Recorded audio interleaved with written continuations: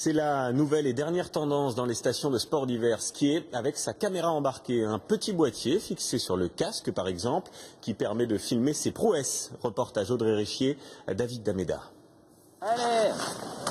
Il y avait les skis, les gants, le casque, le masque, mais l'équipement du skieur branché comprend désormais la petite caméra embarquée. Tu me dis si elle est bien, Seb?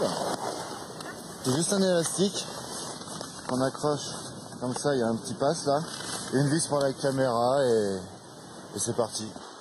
Placée le plus souvent sur le casque, mais parfois aussi sur la cuisse ou le torse, la caméra accompagne le skieur sur les pistes pour filmer ses meilleures descentes.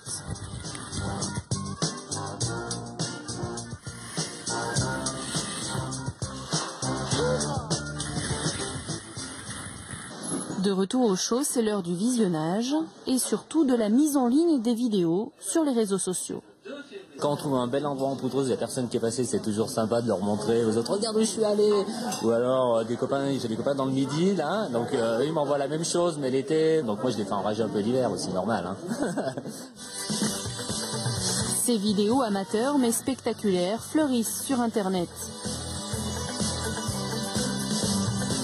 Sur les pistes, Elora, 16 ans, et Aliénor, 17 ans, rivalisent donc d'imagination pour faire les images les plus originales possibles. J'aime bien déjà regarder des vidéos d'autres personnes quand il y a des belles images, j'adore ça, donc je pense que c'est pareil pour les gens qui regardent nos vidéos.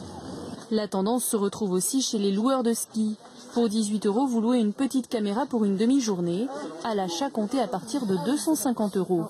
Un produit qui attire une clientèle jeune, mais pas seulement. On a aussi quand même de la famille, on va dire. Les parents qui veulent filmer leurs enfants qui évoluent sur les pistes. Mais c'est vrai que la plus grosse proportion, c'est les 20-30 ans, on va dire, à la location. La petite caméra embarquée, le nouveau moyen de ramener un souvenir de ses vacances, même le plus douloureux.